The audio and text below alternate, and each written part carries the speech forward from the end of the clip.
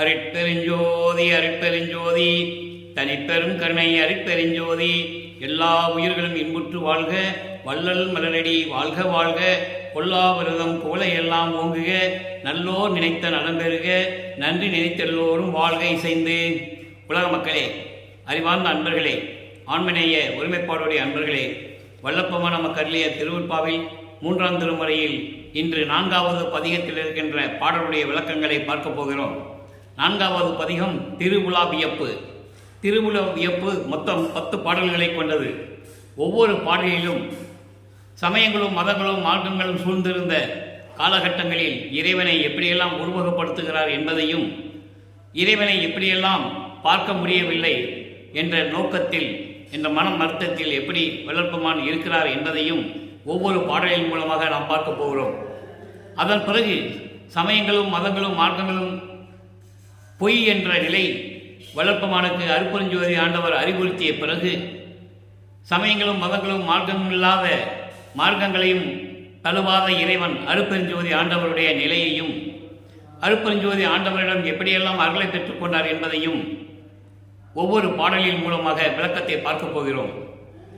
வளர்ப்பமானவர்கள் இந்த மண்ணுலகை வருவிக்க உற்று 9வது ஆண்டுக்கு பிறகு இறைவன் தன்னை ஆட்கொண்ட பிறகு அவருடைய மறைப்பு நிலை நீங்குகிறது.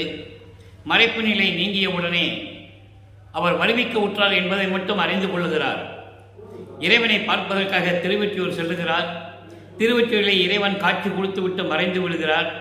அதன் பிறகு வல்லப்பமானவர்கள் தெருவிலை நின்று கொண்டிருக்கும் போது, திருவிழா வீதி வரும்போது இறைவன் வளர்ப்பமானவர்களை பார்க்காமல், திரும்பி பார்க்காமல் ஓடிக்கொண்டிருக்கிறார். இவரும் பின்னாலே ஓடியும் அந்த ஓட்டத்தை பிடிக்க முடியவில்லை. அதன் பிறகு நாரையும் கிளிகளையும் தூது அனுப்பி தன்னுடைய மனநிலையை இறைவனிடம் தெரிவிக்க வேண்டும் என்பதற்காக தூது அனுப்புகிறார். அதற்கும் பலன் இல்லை.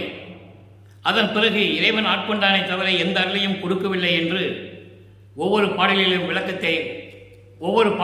அதனுடைய விளக்கங்களை நாம் பார்த்தோம். அது 3ஆம் திருமுறை முடிந்துவிட்டது. இப்போ 3ஆம் திருமுறை 3வது பதிகம் முடிந்துவிட்டது. இப்போ 4வது பதிகத்திலே எப்படியெல்லாம் இறைவனுடைய திருவிழா வீதி வரும்போது அவரை எப்படி பார்க்க வேண்டும் என்று நினைத்து கொண்டிருந்தாரோ, எப்படியெல்லாம் மனம் வேதனைப்பட்டதோ என்பதையும் அதனுடைய விளக்கங்களையும் பார்க்க போகிறோம். அந்த வகையில் நாம் பார்க்க வேண்டிய பாடல் இன்று திருவிழா வியப்பு 1வது பாடல், 4வது பதிகம், 3ஆம் திருமுறை. பாடலை நன்றாக கவனியுங்கள். இந்த பாடலுடைய விளக்கத்தை பார்த்த பிறகு சமயங்களும் மதங்களும் மார்க்கங்களும் இல்லாத ஒரு தனி மார்க்கமான சமரச சுத்த சன்மார்க்கத்தை தன் தந்தையிடமிருந்து பெற்ற பிறகு எப்படி இறைவனுடைய நிலையையும், அவர் எந்தெந்த நிலைகளில் இருந்தார் என்பதையும், அருளை எப்படி பெற்றுக்கொண்டார் என்பதையும் பார்க்க போகிறோம். ஏன் ஒப்பிட்டு பார்க்கிறோம் என்றால், 1ஆம் திருமுறையிலிருந்து 4ஆம் திருமுறை வரைக்கும் வல்லப்பமானவர்கள் சமயங்களும் மதங்களும் மார்க்கங்களிலும் சொல்லப்பட்ட நெறிகளில்தான் இருந்து கொண்டிருந்தார் என்பது உண்மை. என்னால் அவருக்கு மறைப்பு நிலை இருந்தது. அதன் பிறகு சமரச சுத்த சன்மார்க்கத்தை பெற்ற பிறகு எப்படியெல்லாம் இறைவனிடம் அருளை பெற்றுக்கொண்டார் என்பது உலக மக்களுக்கு தெரிவிக்கிறார் என்பதையும், உலக மக்களெல்லாம் சமரச சுத்த சன்மார்க்கத்திற்கு வர வேண்டும் என்ற நிலையையும், எப்படியெல்லாம் பாடல்களிலே கூடியிருக்கிறார், பாடல்களிலே நமக்கு அருளியிருக்கிறார் என்பதையும் பார்க்க போகிறோம். பாடலை நன்றாக கவனியல். திருவுலா வியப்பு 1வது பாடல், 3ஆம் திருமுறை. வெள்ள சடையார் விடையார் செவ்வேளார் நூலார் மேலார்தமும் உள்ளத்து உறைவார் நிறைவார் நல் ஒற்றி தியாகப் பெருமானார் வள்ளல் குணத்தார்.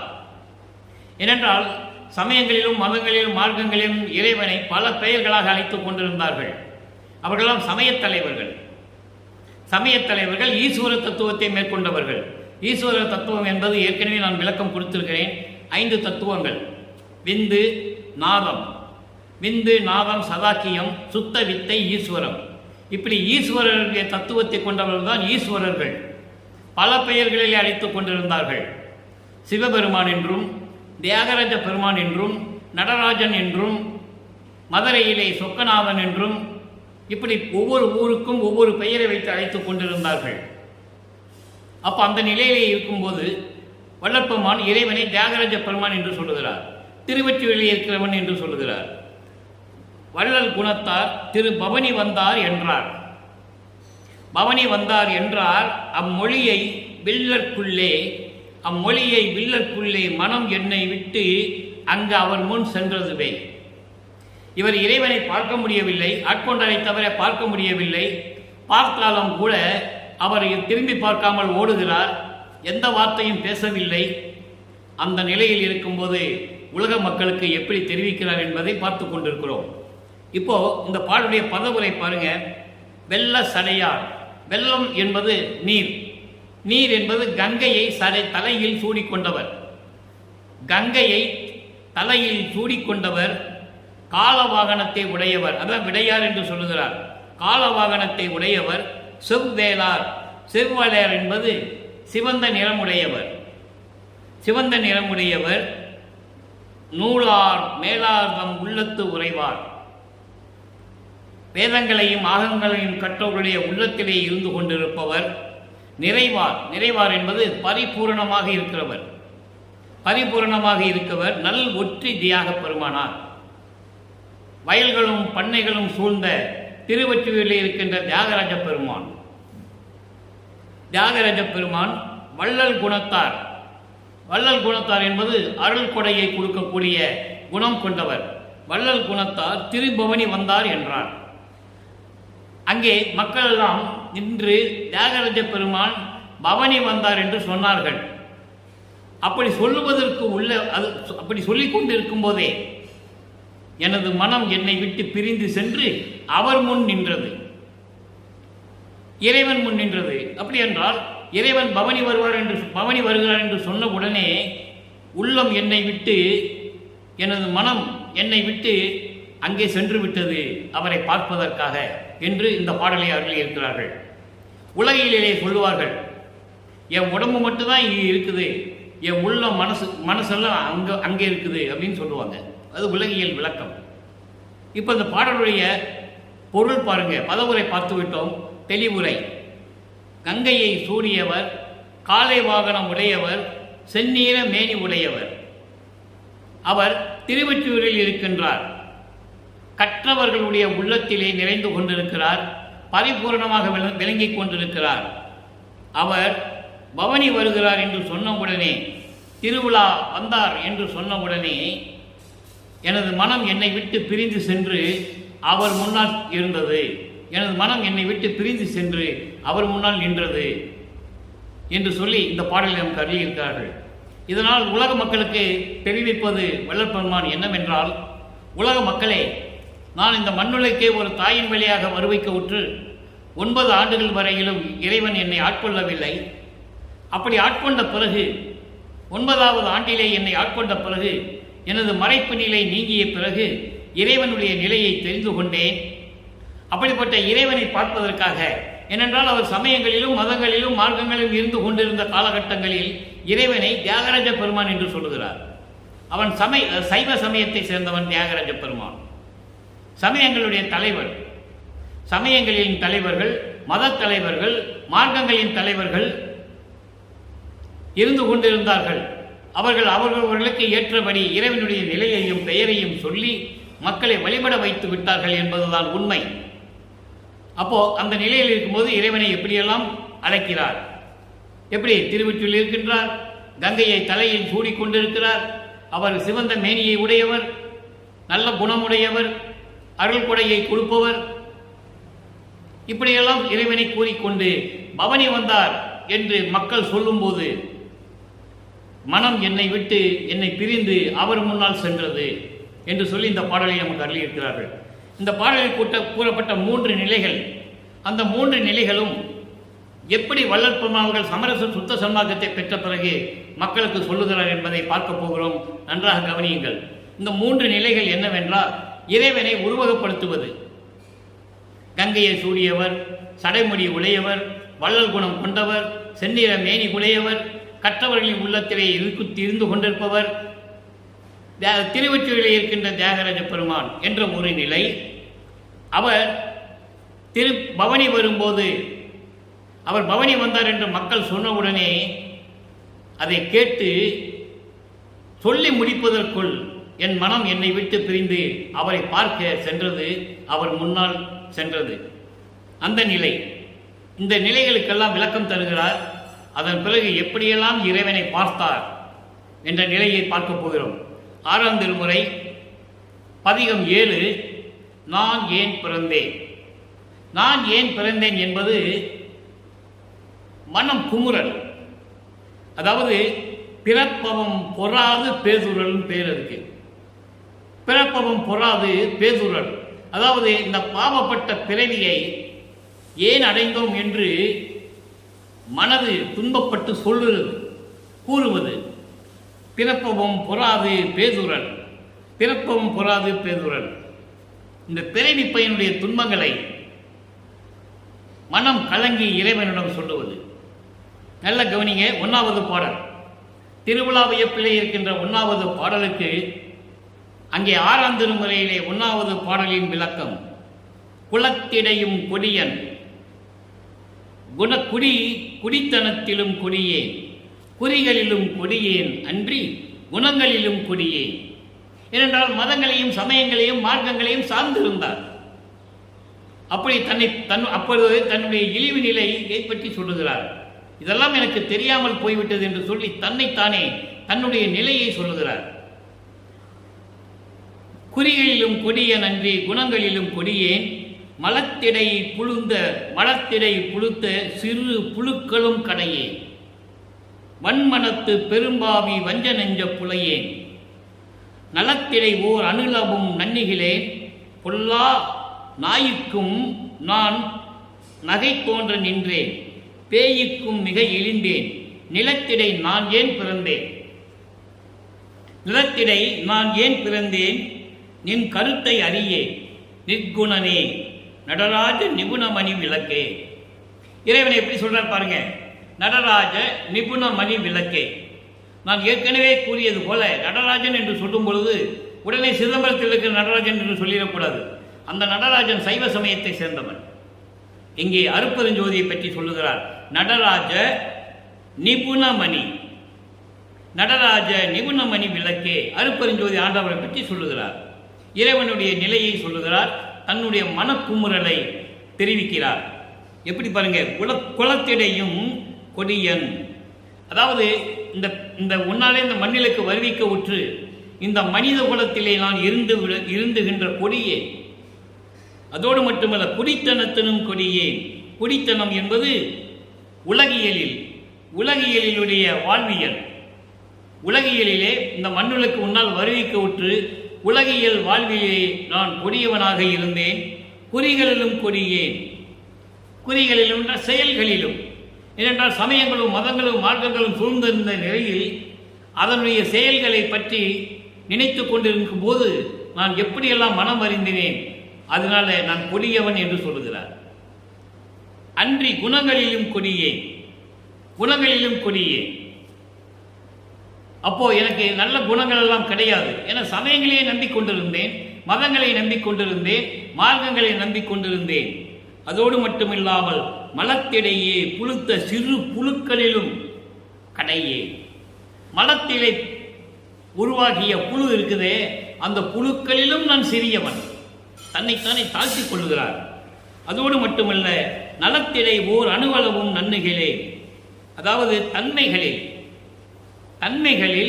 எந்த ஒரு நன்மையையும் கூட நான் பெற்றுக்கொள்ளவில்லை. அப்படிப்பட்ட நான் கொடியவன். பொல்லா நாய்க்கும் நகை தோன்ற நின்றேன். பொல்லாத நாய், வெறி நாய், தெருவிலே இருக்கின்ற சொறி நாய், அதை கூட சிரிக்கக்கூடிய நிலையில் நான் இருந்தேன். நாயை கூட என்னை பார்த்து சிரிக்கின்ற நிலையில் நான் இருந்தேன். தன்னைத்தானே நமது இறைவன் தாழ்த்திக் கொள்ளுகிறார். இறைவனிடம் விண்ணப்பம் வைக்கிறார். அப்படிப்பட்ட நிலையில் என்னை இருக்க வைத்தாய், அதான் நன்மைகளேன் என்று சொல்லுகிறார். நல்ல நாய்க்கும் நகை தோன்ற நின்றேன், பேய்க்கும் மிக இழிந்தவன். பேயை விட நான் இழிவான நிலையில் இருந்தேன்.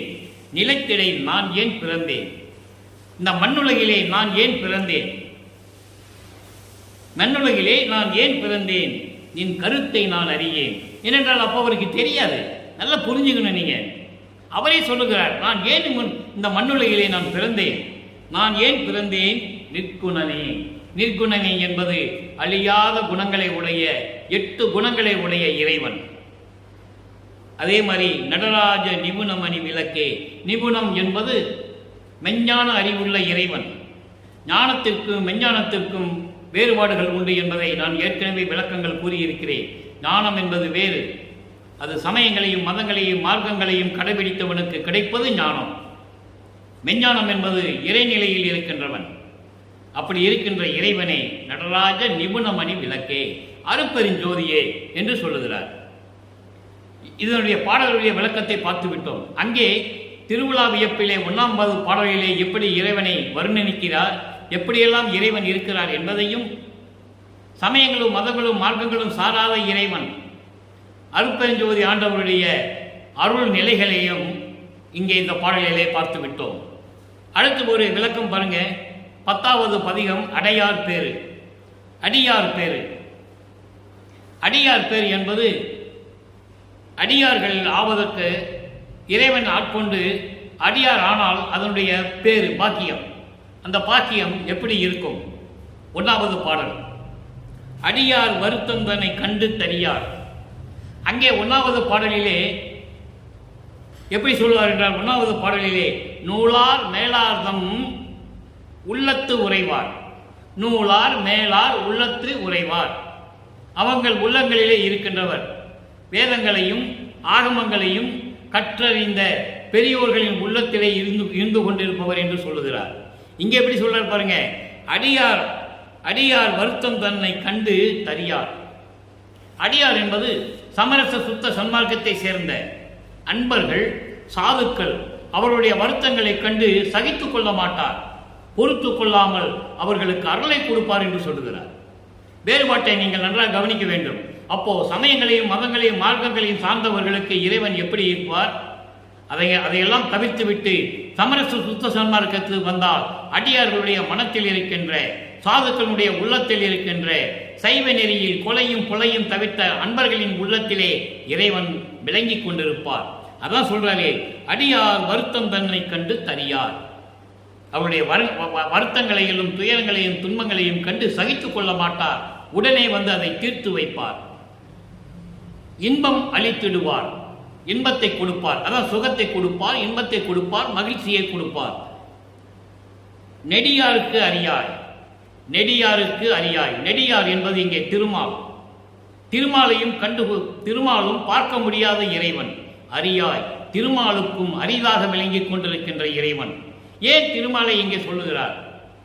திருமால் இறைவனுடைய திருவடியை பார்ப்பதற்காக பன்றி உருவம் எடுத்து சென்று கொண்டிருந்தும் கூட பல ஆண்டுகளாக, பல கற்ப ஆண்டுகளாக சென்று கொண்டிருக்கிறார், பார்க்க முடியவில்லை. நெடுமாலும் பன்றி என நெடுநாள் விரைந்து நேடியும் கண்டறியாத பூம்பாதங்கள் என்று சொல்லுவார்.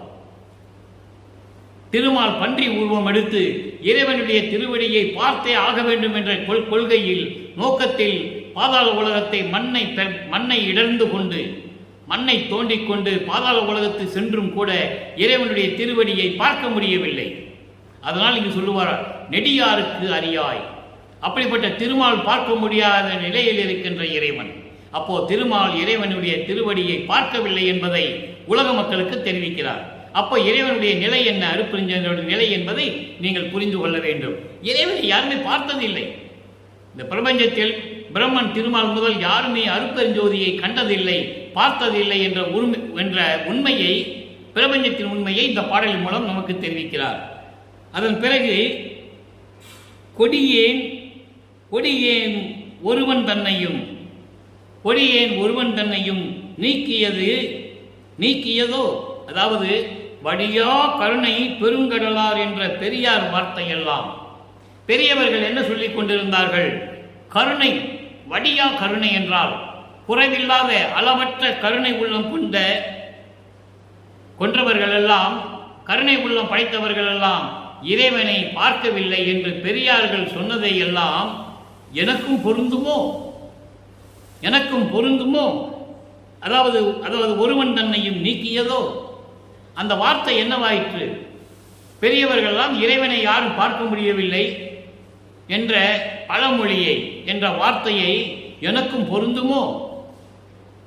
என் ஒருவன் தன்னையும் நீக்கியதோ. அடுத்து பாருங்க, கடியா கொடு மாபாதகன் முன் கண்ட பரிசும் கண்டிலனே. அதாவது கடியா மாபாதகன், கொடிய பாதகன், கொடிய பாதகன் முன் கண்ட பரிசும் கண்டிலனே. முன் கண்ட என்பது சென்ற யுகங்களிலே, முன் கண்ட பரிசு என்பது இதுக்கு முன்னால் இருந்த யுகங்களிலே நான் பெற்ற அருள் கொடைகளையும் அருள் வல்லமைகளையும் இப்போ நான் பார்க்க முடியவில்லையே. அப்போ இதிலிருந்து நாம் தெரிய வேண்டியது என்னவென்றால், வள்ளற்பெருமானவர்கள் ஒவ்வொரு யுகத்திலேயும் இருந்தவர் என்பதை இங்கே உலக மக்களுக்கு தெரிவிக்கிறார். முன் கண்ட பரிசும் இந்நாள் கண்டிலே. சென்ற யுகங்களிலே நான் உன்னிடம் பெற்ற அருள்களை எல்லாம், அருள் வல்லமைகளை எல்லாம் இப்பொழுது நான் பார்க்க முடியவில்லையே என்று இறைவனிடம் சொல்லுகிறார். உள்ளத்திடம் சொல்லி உலக மக்களுக்கு சொல்வது போல இங்கே இந்த பாடலை அருளியிருக்கிறார்கள். உலக மக்களே, நான் சென்ற யுகங்களில் பெற்ற பரிசு இப்பொழுது இறைவனால் இந்த மண்ணுக்கு வருவி கூற்ற பிறகு நான் அந்த அருள் வல்லமைகளை எல்லாம் நான் பார்த்ததில்லையே என்று சொல்லுகிறார். அங்கே என்ன சொல்லுகிறார்? திருவிழா வியப்பிலே 1வது பாடலிலே நான் இறைவனை பார்க்கவில்லை என்று சொல்லுகிறார்.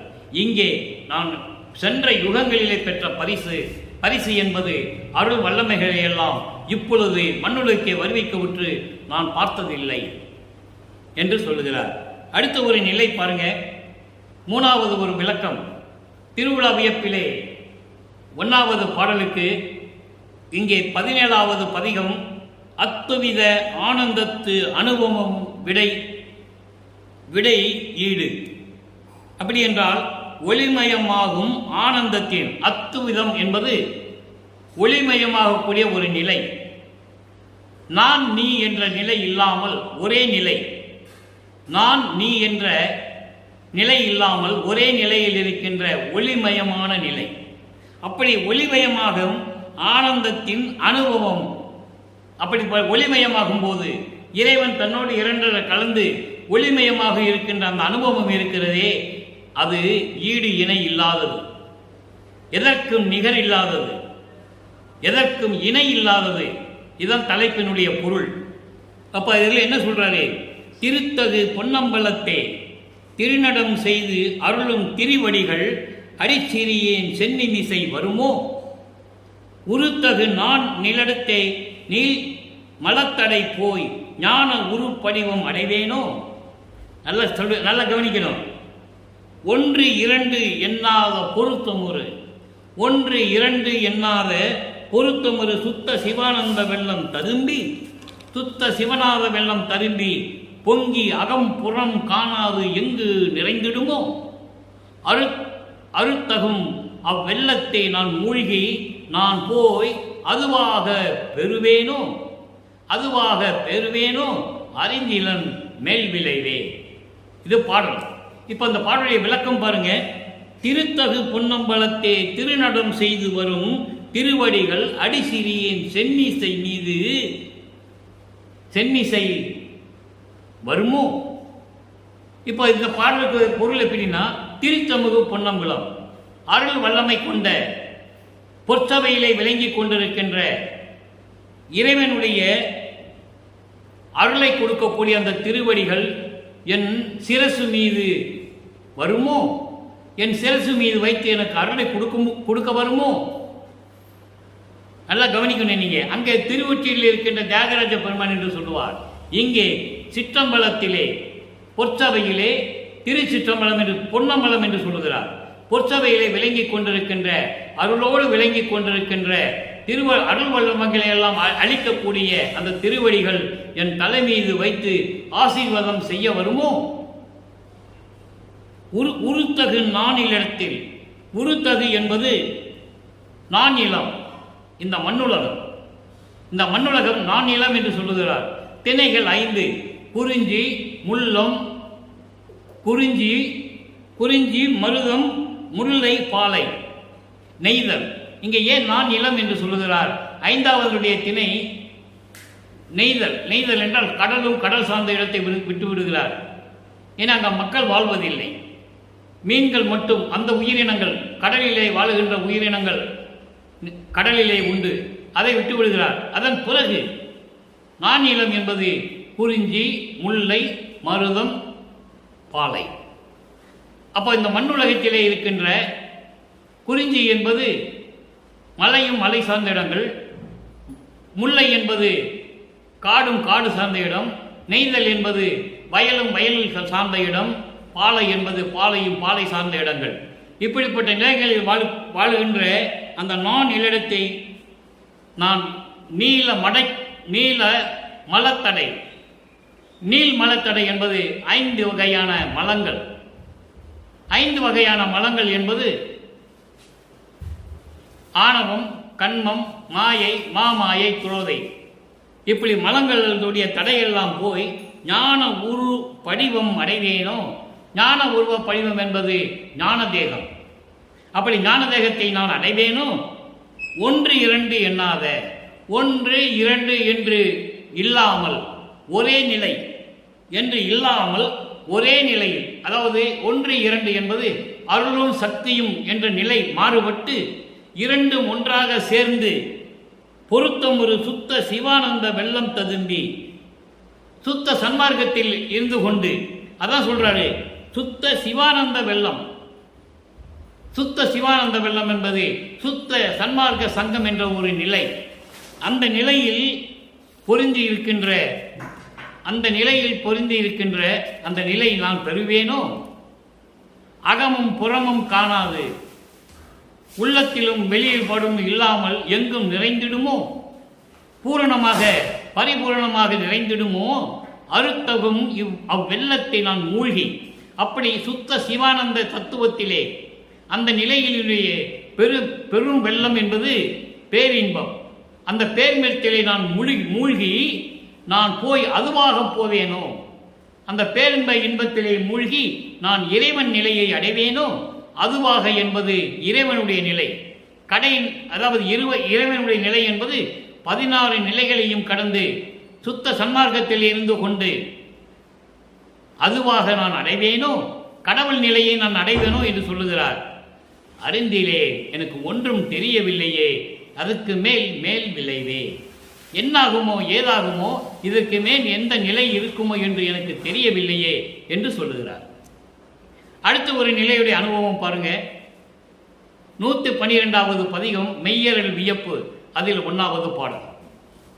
இன்று பார்க்கின்ற திருவிழா வியப்பு என்ற பதிகத்தில் இருக்கின்ற 1வது பாடலுக்கு 102வது பதிகம் மெய்யரல் வியப்பிலே 1வது பாடல். மெய்யரல் வியப்பு என்பது அருளை பெற்றுக்கொள்வதில் அந்த வியப்பு. திருவிழா வியப்பு என்பது திருவிழா வீதி வரும்போது எப்படி அவருடைய மனநிலை வியப்பாக இருந்ததோ, அது சமயங்களையும் மதங்களையும் மார்க்கங்களையும் சார்ந்திருந்த நிலைகளில் எப்படி இருந்ததோ அது நீங்கி சமரச சுத்த சன்மார்க்கத்தை பெற்ற பிறகு இறைவனுடைய அருள், மெய்யருள், உண்மையான அருள், சுத்த சன்மார்க்கத்தை பெற்றுக்கொண்டு எப்படி இருக்கும் அந்த வியப்பை சொல்லுகிறார். தனக்கு நிகர் இல்லாது உயர்ந்த தம்பம் ஒன்று தாவி போக போக நூலின் தரத்தில் நின்றதே. கணக்க திகைப்புற்று அங்கே நானும் கலங்கி வருந்தவே, கலக்கம் நீக்கி தூக்கி வைத்தாய் நிலை பொருந்தவே. 4 வரி பாடல்தான். ஆனால் எவ்வளவு அந்த பாடலில் சூட்சமங்களோடு சுத்த சன்மார்க்க விளக்கத்தை வல்லப்பமானவர்கள் நமக்கு அருளி இருக்கிறார்கள் என்பதை பார்க்க போகிறோம். நன்றாக கவனியுங்கள். மண்ணுலகில் உனக்கு நிகர் இல்லாதது ஒன்று விண்ணுலகிலே உள்ளது, அதுதான் கடவுள் நிலை, சிவஞான வெளியில் இருக்கின்ற நிலை. சிவஞான வெளி என்பது 16வது நிலை. சரியே கிரிய யோகம் என்ற 16 நிலைகளை கடந்து 16வது நிலையில் இருக்கின்ற ஞான சிவநிலை. அந்த நிலையில் இருக்கின்ற உன்னை அடைவதற்காக நான் தாவி போக போக நூலின் தரத்தில் நின்றதே என்று பாடலிலே சொல்கிறார். அதனுடைய விளக்கம் பாருங்க.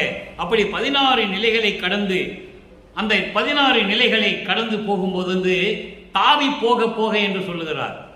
தாவி போக போக என்பது 6 அந்தங்களையும் கடந்து, தத்துவங்களையும் கடந்து, தத்துவங்கள் 36 தத்துவங்கள், அதனுடைய உள்கருவிகள் 60, மொத்தம் 96. அந்த நிலைகளை எல்லாம் கடந்து 5 மலங்களையும் கடந்து ஆணவம், கண்மம், மாயை, மாமாயை, துரோதை என்ற 5 தத்துவங்களையும் கடந்து, அதுதான் தாவி போக போக என்று சொல்லுகிறார். அப்படியெல்லாம் கடந்து நான் நின்றபோது, கலங்கி வருந்தி நின்றபோது, அங்கே கலங்கி வருந்தி நின்றபோது அதற்கு மேல் செல்ல முடியாமல், நூலு மேலே போய் அதுக்கப்புறம் நம்ம நடக்க முடியுமா? ஒரு கம்பம் இருக்கிறது. கம்பம் என்பது தூண்.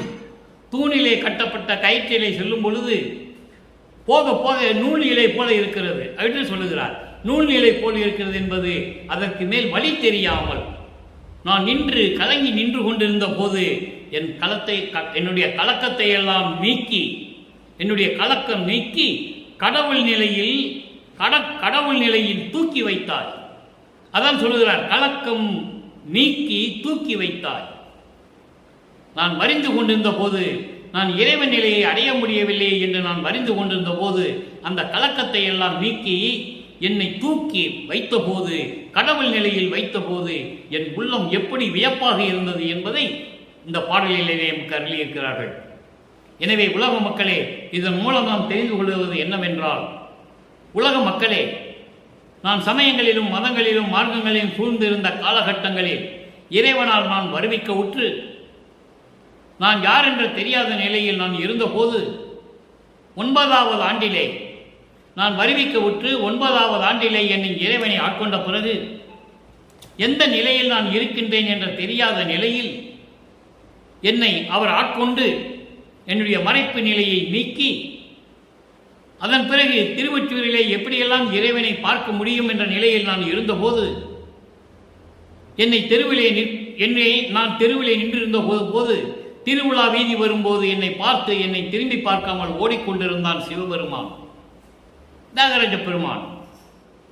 அந்த நிலையில் மறுபடியும் திருவிழா வீதி வரும்போது மக்கள் எல்லாம் என்னிடம் வந்து சொன்னார்கள், இறைவன் திருவிழா வீதி வந்து கொண்டிருக்கிறார் என்று சொல்லும் பொழுது அவர்களெல்லாம் என்னிடம் வந்து சொல்லி முடிப்பதற்குள் என் மனம் என்னை விட்டு பிரிந்து சென்று அவர் முன்னால் நின்றது. இந்த நிலையை சொல்லுகிற போது, அதன் பிறகு சமரச சுத்த சன்மார்க்கத்தை பெற்ற பிறகு இறைவனுடைய அருள் வல்லமையையும் எப்படியெல்லாம் இறைவன் இருக்கின்றார் என்பதை நாம் திருவருட்பாவிலே 6ஆம் திருமுறையில் அதனுடைய பதிலை பார்த்து கொண்டிருக்கிறோம். அப்படி சமரச சுத்த சன்மார்க்கம் பெற்ற பிறகு நான் ஒவ்வொரு நிலைகளையும் தாவி தாவி போய் கொண்டிருக்கும் போது, ஒரு நிலை வரும்போது அந்த நிலைக்கு மேல் என்ன செய்வது என்று நான் கலங்கி இருந்த போது, 6 அந்தங்களையும் தத்துவங்களையும் சரியை கிரிய யோகம் என்ற 16 நிலைகளையும் கடந்து இதற்கு மேல் செல்ல முடியவில்லையே என்று மனம் கலங்கி நின்றிருந்த போது என் கலக்கத்தை எல்லாம் நீக்கி என்னை தூக்கி அணைத்து, மகனே வா என்று சொல்லி கடவுள் நிலையை அடைய வைத்தாய், அந்த நிலையில் என்னை இருக்க வைத்தாய், நான் இறைவனாகிவிட்டேன் என்று சொல்லி இந்த பாடலை நமக்கு அருளி இருக்கிறார்கள். எனவே அன்பர்களே, இதை நீங்கள் புரிந்து கொள்ள வேண்டும். காரணம், 200 ஆண்டுகளாக வள்ளற்பெருமான் இந்த மண்ணுலகை வருவிக்க உற்று 200 ஆண்டுகளையும் கடந்து சென்று விட்டது. 200 ஆண்டுகள் கடந்தும் வள்ளற்பெருமான் யார் என்ற நிலையை உலக மக்களை யாருக்கும் தெரிவிக்கவில்லை. பேசினார்கள், மேடையிலே சுத்த சன்மார்க்கம் என்ற நிலையிலே பேசிக் கொண்டிருந்தார்கள், இப்பொழுதும் பேசிக்கொண்டிருக்கிறார்கள். ஆனால் இறைவன் இறைநிலையில் இருந்தவர் என்ற நிலையை 200 ஆண்டுகளாக யாருமே மக்களிடம் சொல்லவில்லை என்பதுதான் வேதனையான விஷயம். அவர் ஏற்கனவே மரணமில்லாத பெருவாழ்வில் இருந்து கொண்டிருக்கின்றவர், ஒவ்வொரு யுகத்திலேயும் இருந்து கொண்டிருக்கின்றவர், ஒவ்வொரு யுகத்திலே நான் இருந்தேன் என்று பாடல்களிலே நமக்கு அருளி இருக்கிறார்கள். என்னை பிரம்மான் திருமால் முதல் அத்தனை பேர் வந்துமே என்னை வாழ்த்தி வணங்கி கொண்டிருக்கிறார்கள் என்று ஒரு பாடலிலே சொல்லுவார்.